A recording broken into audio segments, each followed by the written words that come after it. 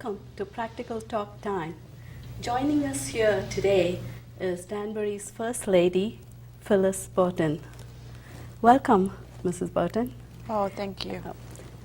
We are very happy to have you here today. It's my pleasure, always. Mark Boughton, your husband, recently announced his run for governor. Yes. But he did so only after a certain time when he and you went through some serious problems regarding your health issue. So could you say something about that?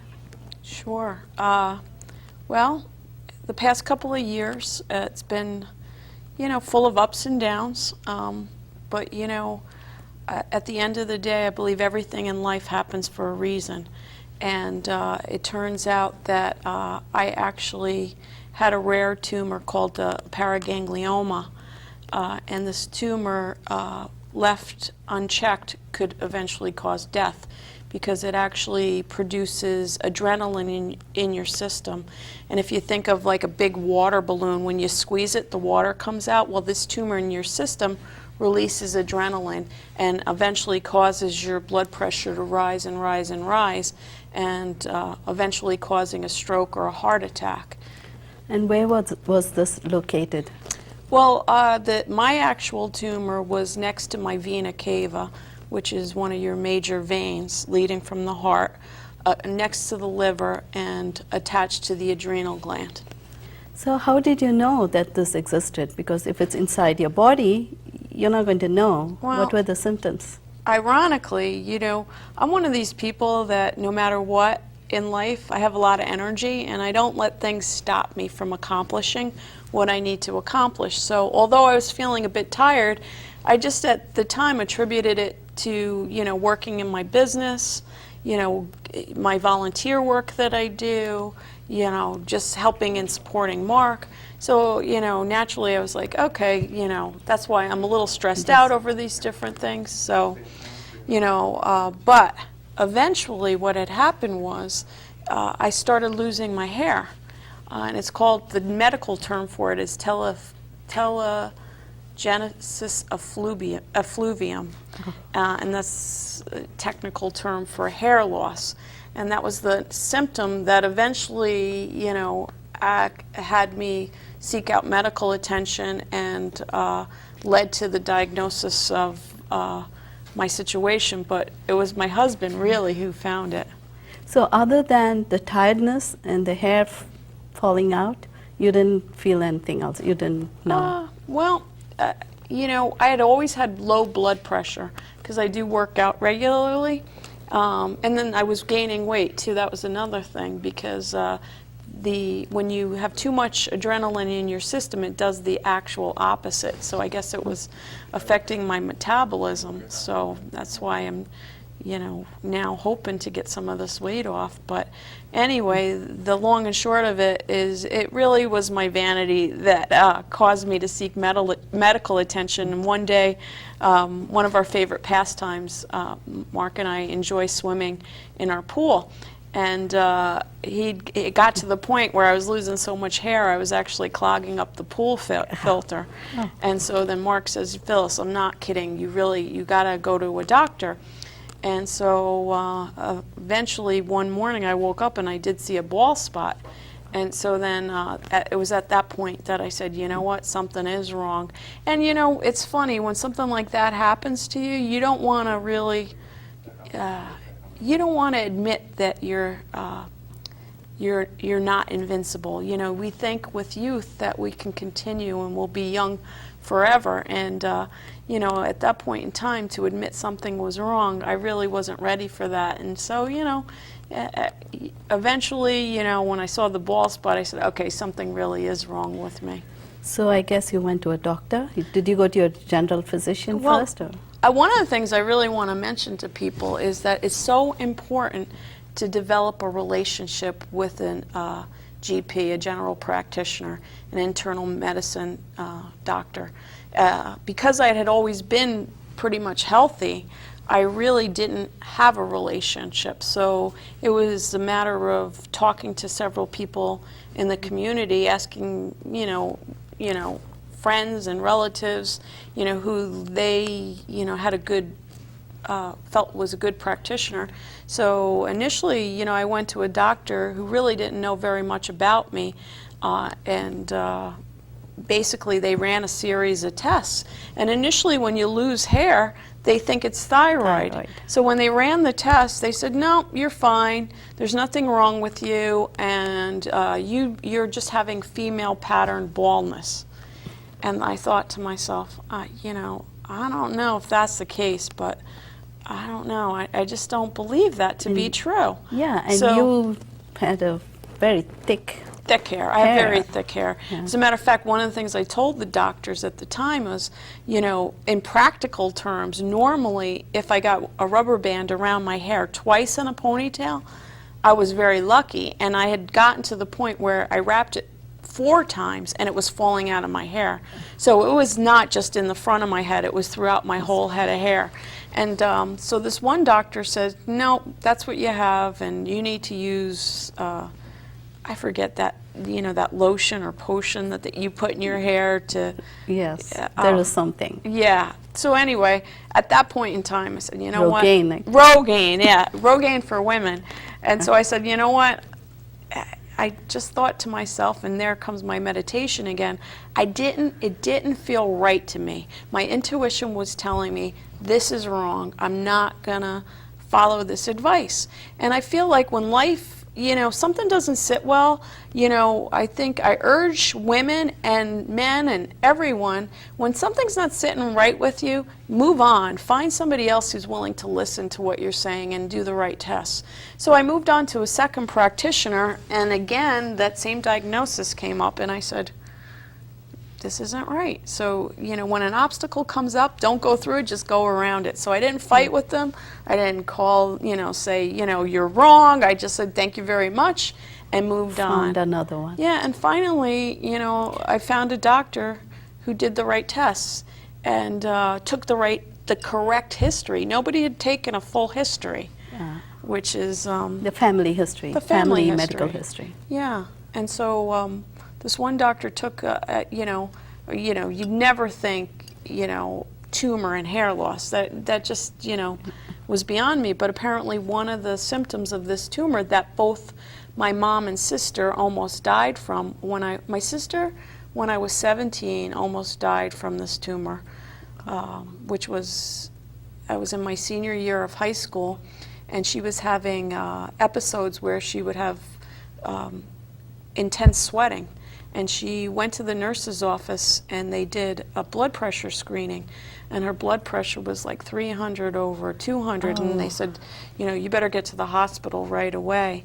And at the time they knew very little about these tumors, but she was hospitalized for close to 6 months, and when they operated, because the situation is so tenuous, for lack of a better term, when they removed this and life-threatening, she almost died. And then a couple of years later, when I was in nursing school, the same thing happened to my mom. And the doctor at that time, and again, she had no relationship with her doctor, because we don't believe in going to doctors all that much, and that's not really a good thing. So my sister or my mom went to this doctor in Hopewell Junction, New York, where I was brought up. And he said, Mrs. Gaida, that's my maiden name, he says, you better, there's nothing wrong with you. He says, you're just depressed, because that's one of the symptoms, is you just don't feel like yourself.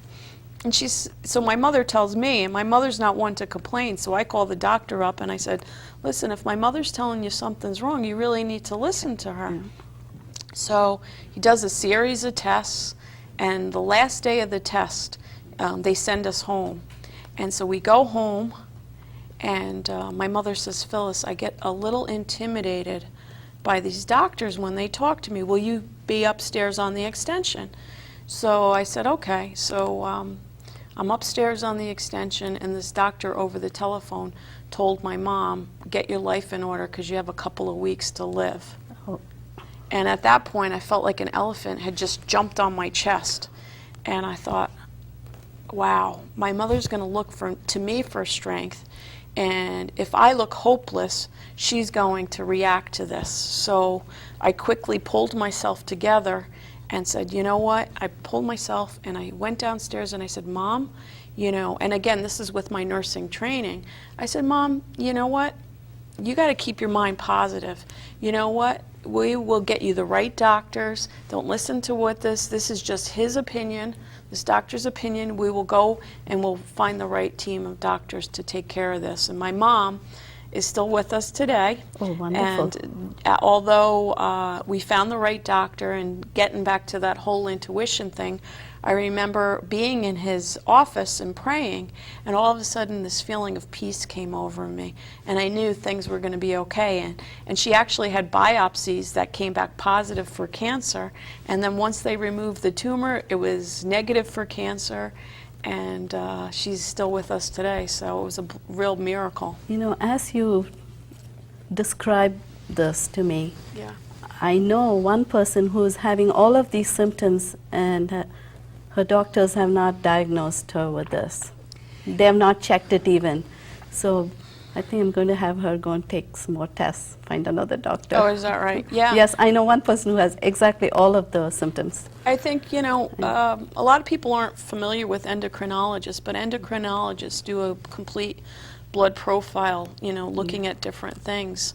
And, you know, that was a doctor, Dr. Savino, here in Danbury. He's wonderful, and he did all the correct tests and helped me. Yeah, how did you feel when... And also Dr. Moscardo, another endocrinologist. Because I'm not one, I get multiple opinions, you know. See, how did you feel while they were trying to find out what's wrong and nobody really had a good diagnosis?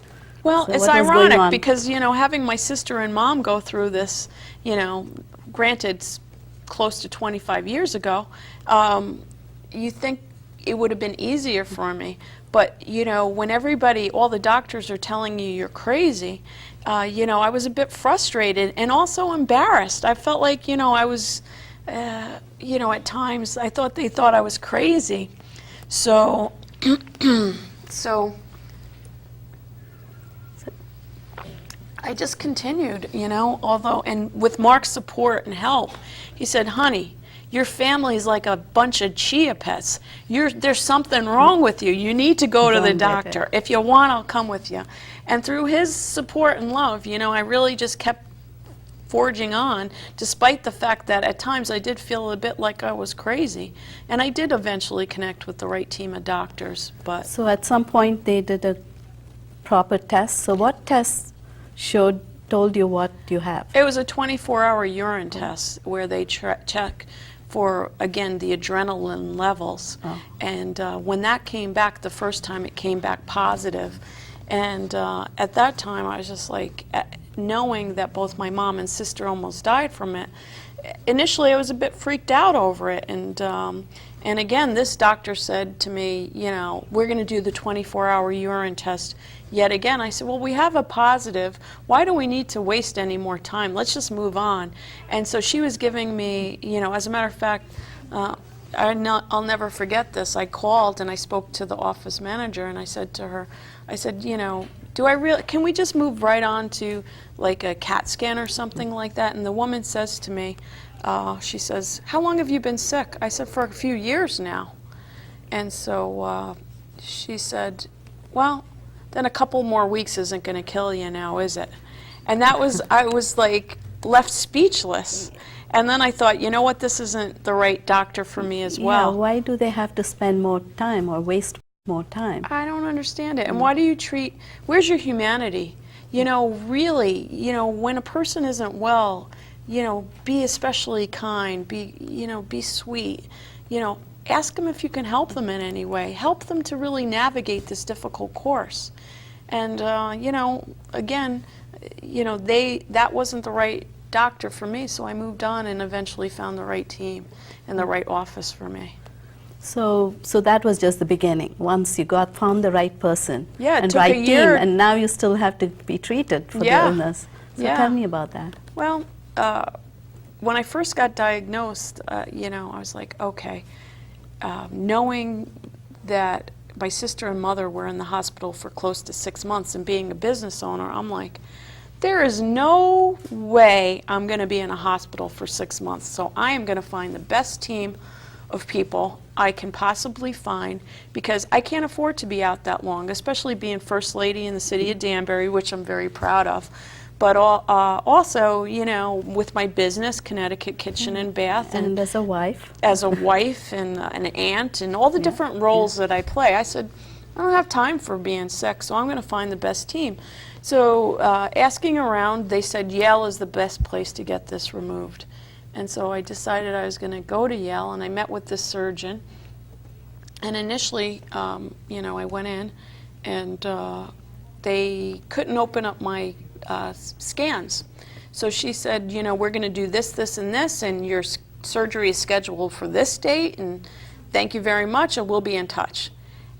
And that just did not sit very well with me. And I just felt like, I felt like the whole process had lost the, you know, The sense of urgency or the personalized priority. care.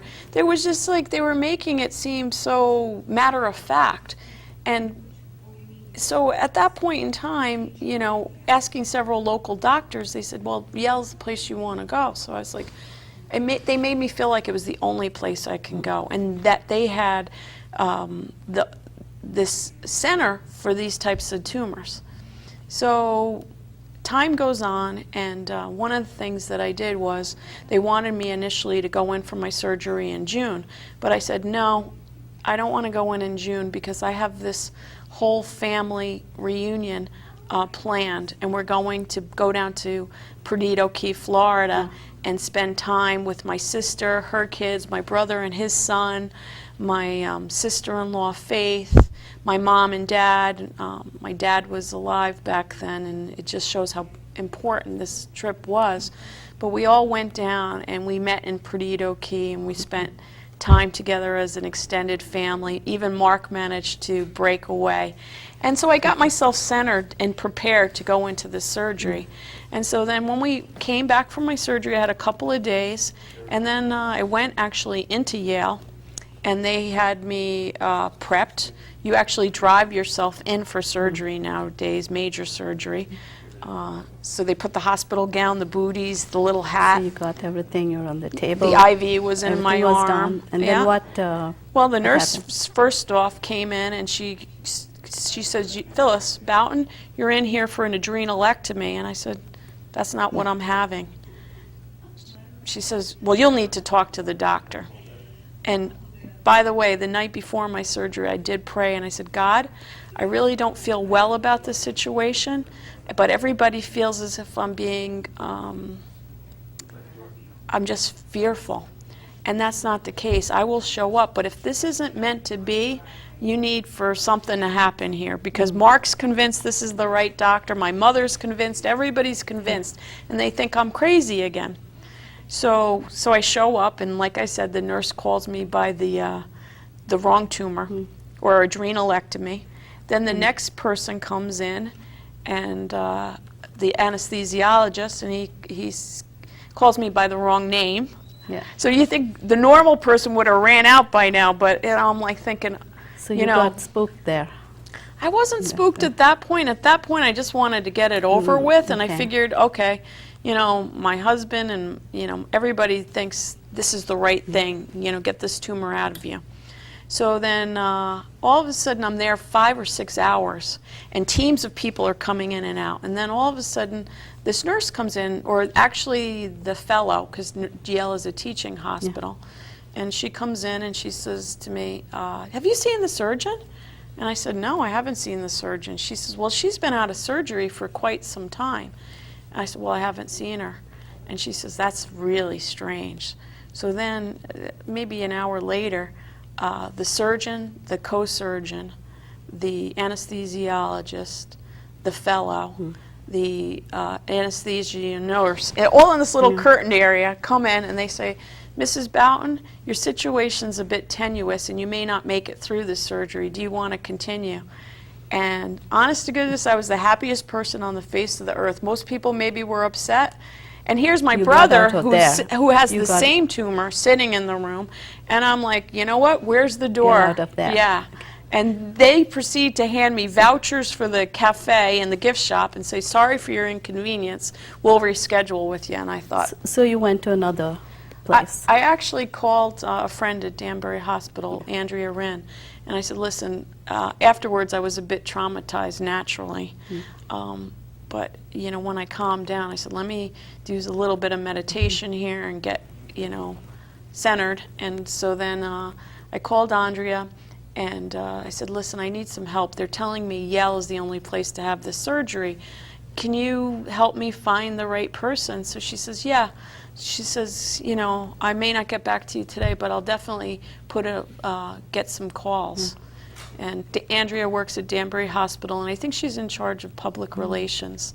But anyway, she made shortly after that phone call, I get a call from Dr. Pierre Saldinger.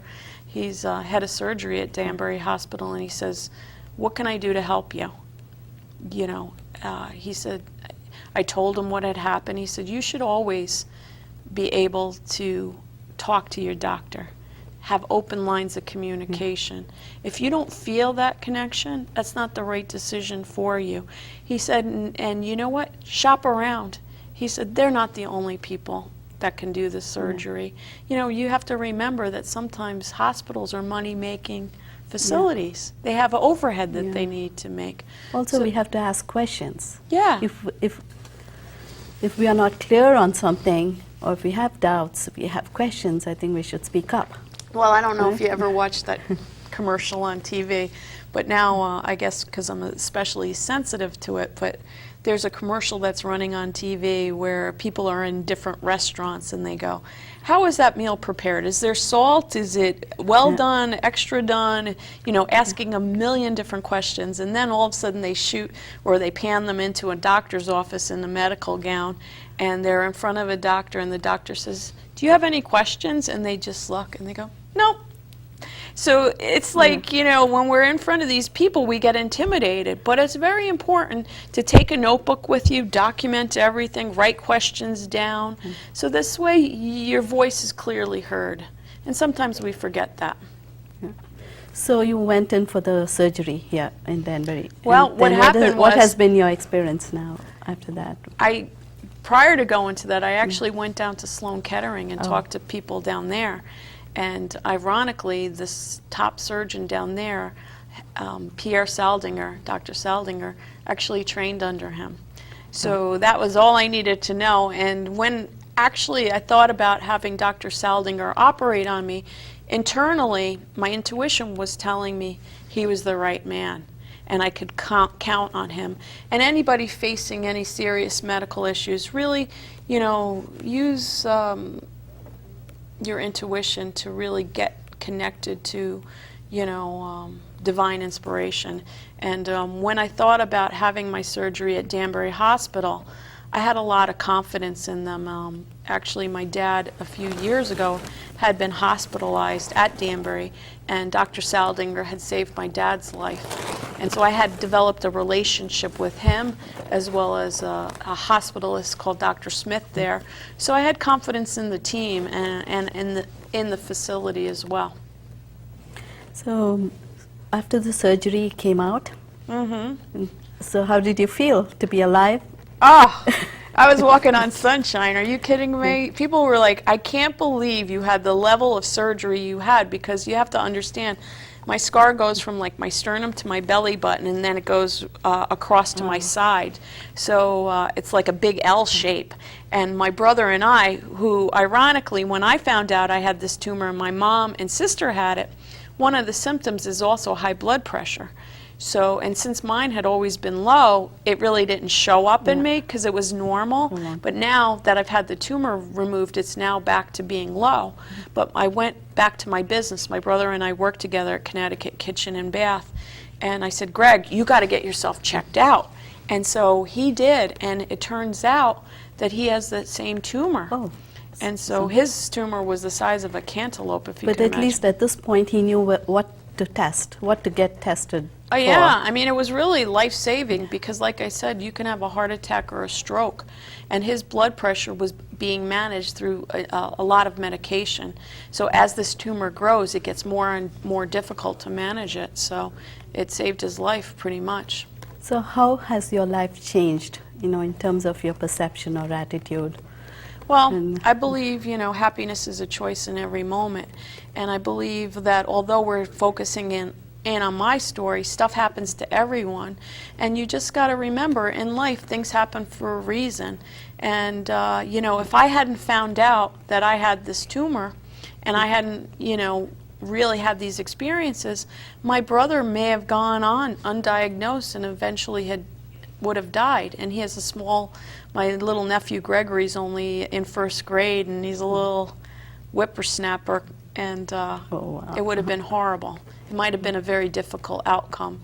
So, getting back to how I feel, I mean, I feel tremendous gratitude. I feel gratitude to the team at Danbury Hospital.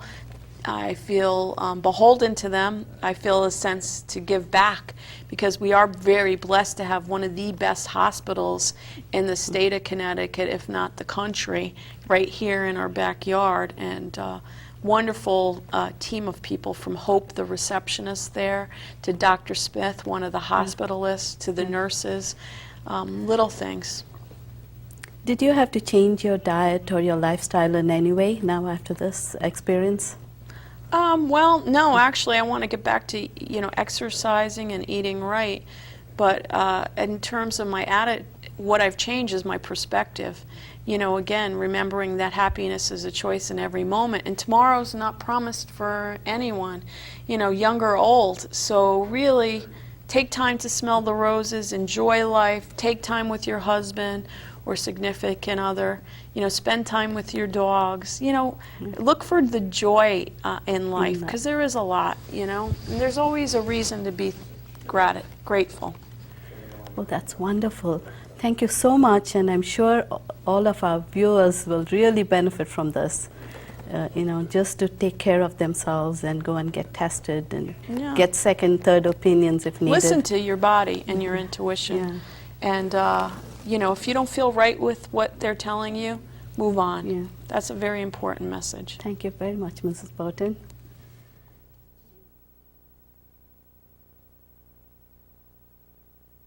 And until next time, goodbye.